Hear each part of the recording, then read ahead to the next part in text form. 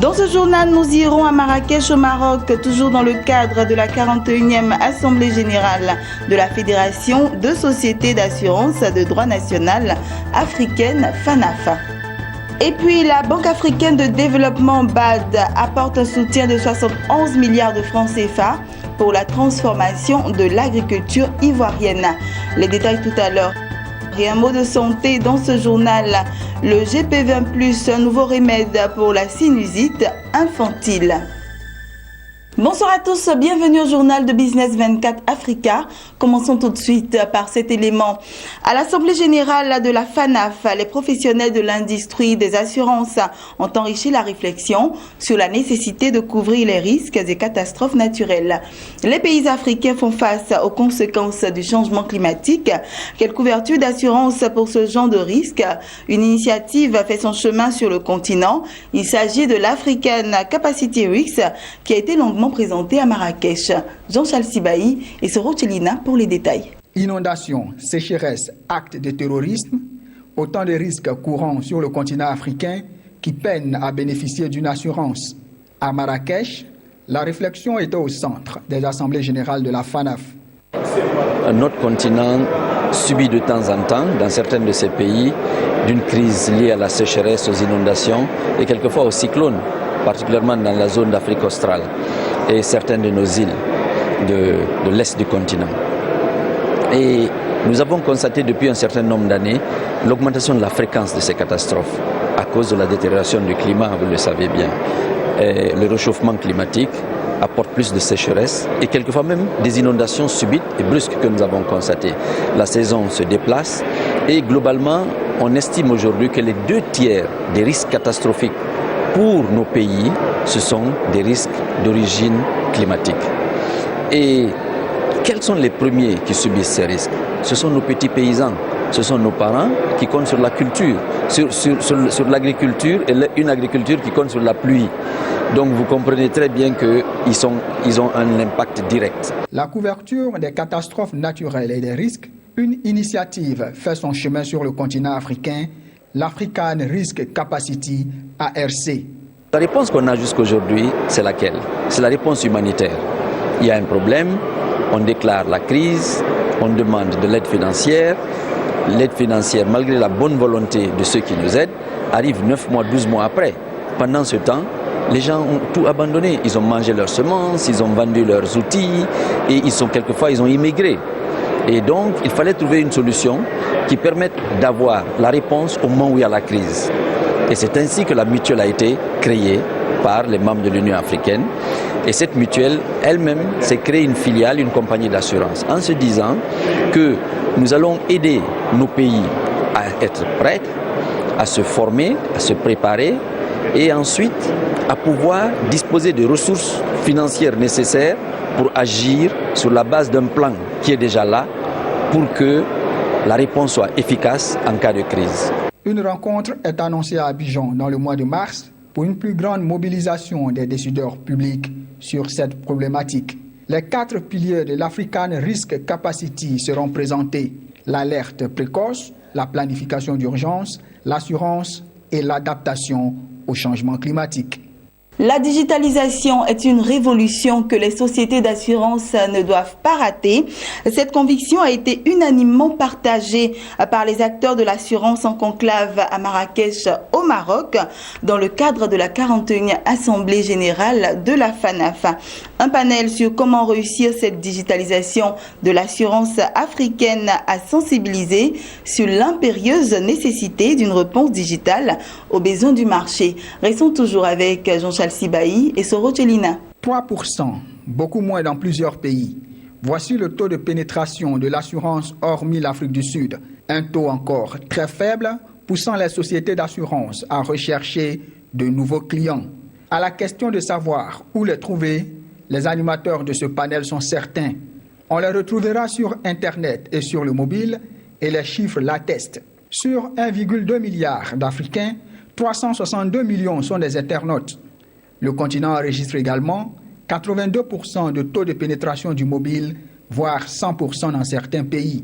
On prévoit 600 millions d'abonnés d'ici à 2020. Le client, il est dans le mobile. J'ai toujours dit, on est en train de chercher des clients. Vous voyez par exemple en Europe, et même je pense dans certains pays en Afrique, il y a des banquiers qui ferment des portes de leur agence pour aller investir dans le digital. Orange a, je pense, beaucoup plus de 28 millions de clients. Et donc, elle s'est mise en fait dans le digital. Elle va créer sa banque digitale. Donc nous, il ne faut pas qu'on crée des agences. Il faudrait qu'on voit cette transformation comme une opportunité pour l'Afrique, d'autant plus qu'elle tire nos économies. J'ai donné l'exemple de Wari, je le cite. C'est vraiment une fierté, une petite société qui est arrivée à absorber le deuxième opérateur téléphonique du Sénégal. C'est très important. Donc le client, il est avec nous. Il ne faut pas qu'on aille chercher loin. Il est là et on peut interagir avec lui de manière instantanée. Et le client est très exigeant. Il veut une information simple, accessible et instantanée.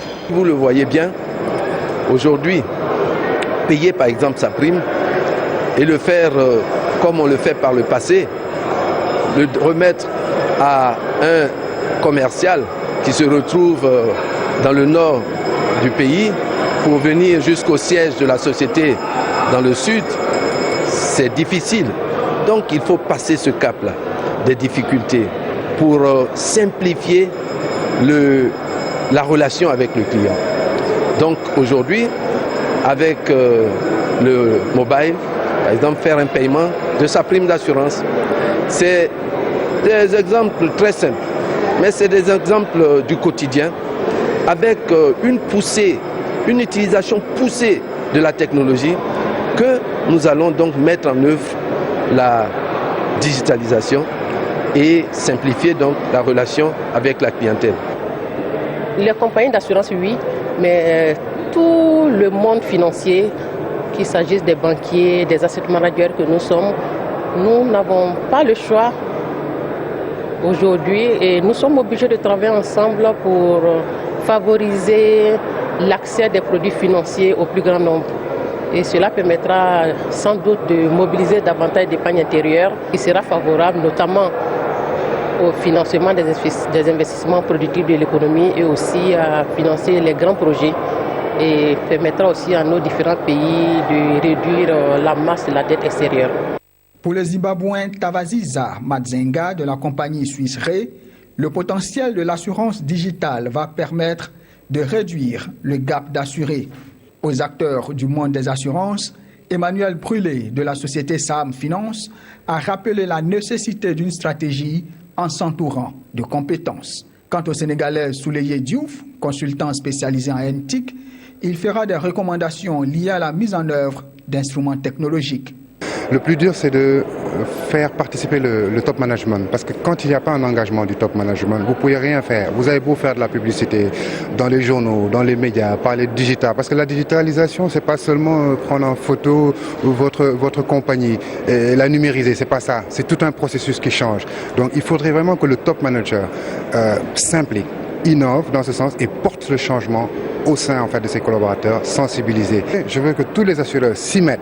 Et si on s'y met tous, la réglementation sera obligée de suivre, de nous aider, d'encadrer en fait cette transformation digitale. Il est bon de rappeler que des textes réglementaires adaptés à la digitalisation de l'assurance africaine doivent être mis en place si l'on veut accroître le nombre d'assurés grâce au TIC. Voilà, quittons à présent Marrakech pour la Côte d'Ivoire. Il s'est tenu à l'auditorium de la primature au Plateau une cérémonie de signature de convention entre la Banque africaine de développement BAD et le gouvernement ivoirien.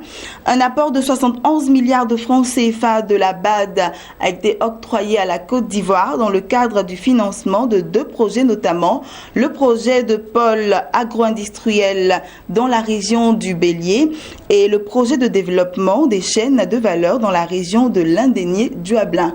Max Soubi et Marusséry. Après avoir accordé un prêt pour le financement du 4e pont d'Abidjan, cette fois, c'est le secteur agricole ivoirien que la Banque africaine de développement souhaite redynamiser à travers un financement de plus de 71 milliards de francs CFA. L'accord est lié au projet de pôle agro-industriel.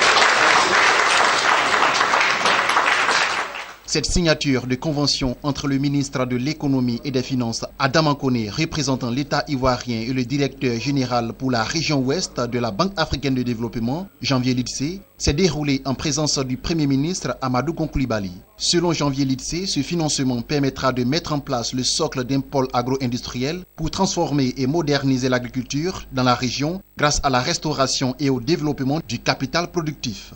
Il s'agit de relancer l'agriculture autour des chaînes de valeur porteuses, riz, maïs, manioc et légumes, en privilégiant l'approche intégrée afin de solutionner un bon nombre d'entraves au développement du secteur agricole et agro-industriel.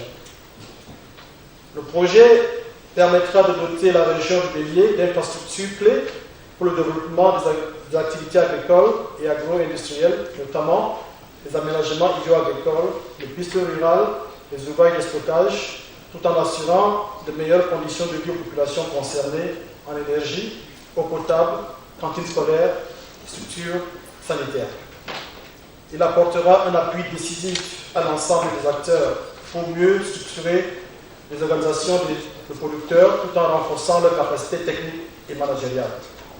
Il appuiera également la mécanisation tout en développant l'emploi et l'installation des jeunes diplômés, la promotion de l'industrie agroalimentaire, l'amélioration de l'accès au financement agricole et une meilleure contribution à la nutrition.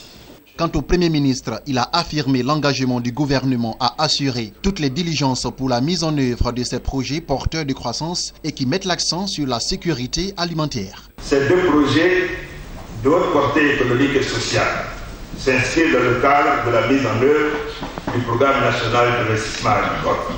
Il s'agira d'adresser de façon spécifique et intégrée les questions de production, avec maîtrise totale de l'eau, de la mécanisation agricole, de la formation professionnelle, de la commercialisation et de la valorisation des produits agricoles sur place. Je voudrais à ce stade de mes propos adresser au groupe de la Banque africaine de développement toute la reconnaissance du gouvernement ivoirien pour cette contribution importante à la lutte contre la pauvreté à travers la modernisation et le développement du secteur agricole. Ce vaste projet qui inclut la construction et la réhabilitation des infrastructures va créer 19 000 emplois permanents et aider 107 000 personnes. Son lancement est prévu pour mars 2017. Un mot de santé dans ce journal. Le centre de naturothérapie spécialisé en sinusite a tenu un point de presse ce mercredi. Objectif, présenter son nouveau traitement GP20+, une formule améliorée du GP20, groupe de plantes aux 20 vertus. La nouvelle formule GP20+, selon les responsables du centre, est la solution aux effets néfastes de la sinusite chez l'enfant. Sandrine Bamba, Marius Seri. Le GP20+, le tout nouveau remède contre la sinusite. C'est la formule améliorée du GP20, un groupe de plantes aux 20 vertus. Il a été présenté ce mercredi à la presse ivoirienne. Le centre de naturothérapie spécialisé dans le traitement de la sinusite, CNS Sinusite, qui a donné ce point de presse, avait mis au point en 2004 le GP20 comme solution nasale pour guérir les patients de la sinusite. Cette inflammation des muqueuses d'un ou plusieurs sinus de la face et du crâne qui a entre autres pour cause la pollution atmosphérique, l'hiver, la poussière ou encore l'armatan touche aussi bien les adultes que les enfants. Ce remède GP20 contient des propriétés qui permettent de ramollir la glaire contenue dans les cavités sinusiennes et facilite le drainage de cette dernière hors de ces cavités. Un traitement qui épargne les patients de la ponction, de la fumigation ou encore de l'intervention chirurgicale. Bien qu'efficace, le GP20 ne pouvait qu'être administré aux enfants âgés de 12 ans et plus. Aujourd'hui, Dr Bini Kwaku, PCA du CNS Sinusite, a élaboré le GP20+, un traitement admissible chez les moins âgés. Aujourd'hui, ce qui fait l'actualité au niveau du centre, c'est la découverte avec des éléments qui font en sorte que nous pouvons traiter les enfants et même les bébés. Mais nous allons mettre l'accent sur les enfants à partir de 7 ans. Et donc, le GP20+ vient soulager les parents des enfants âgés de 7 ans et plus. Conçu à partir des plantes et des minéraux, cette solution nasale est indolore et appropriée pour le lavage du nez. Il a un effet acceptable pour les enfants. Le GP20+, vient chasser les éléments microbiens, source d'infection rhinopharyngée chronique pour permettre une respiration normale et dégager complètement l'enfant des mucosités gênantes grâce à un autre système, le bouche-bébé, qui est un système de mouchage qui fonctionne par aspiration. Ce point de presse de présentation du GP20+, a été l'occasion pour le premier responsable du CNS UNISIT d'exposer les ambitions du centre, mais aussi de lancer un appel aux autorités ivoiriennes. Le groupe, le CNS UNISIT, a pensé dans un premier temps qu'il faut, ne serait-ce qu'au niveau des 31 régions de Côte d'Ivoire, créer des représentations. Il y a lieu pour l'État ivoirien de déclarer ce centre, pensons-nous, comme une institution d'utilité publique et l'appuyer matériellement et financièrement pour la création des agences dans les chefs-lieux de région de Côte d'Ivoire et dans la sous-région par une exonération fiscale. Le centre de naturothérapie spécialisé dans le traitement de la sinusite, CNS Unizite, il convient de le souligner, s'appuie sur la collaboration de la médecine moderne et de la médecine traditionnelle. Plus de 100 000 patients en 10 ans, dont 10 000 venus de l'extérieur de la Côte d'Ivoire, ont été traités par ce centre. Et je vous emmène à présent au Nigeria, mais cette fois-ci en bref et en images. L'ancien gouverneur adjoint de la Banque centrale du Nigeria a relevé que 20% des liquidités en circulation au Nigeria sont de la fausse monnaie. Le phénomène porte gravement atteinte à l'économie nigériane, a-t-il ajouté. Il a aussi souligné que les fausses liquidités en circulation ne sont pas prises en compte par les politiques monétaires du pays et leur fort taux d'intérêt pourrait prolonger la récession. Voilà, c'est ici que nous terminons ce journal. Je vous donne rendez-vous pour un prochain journal demain 21h.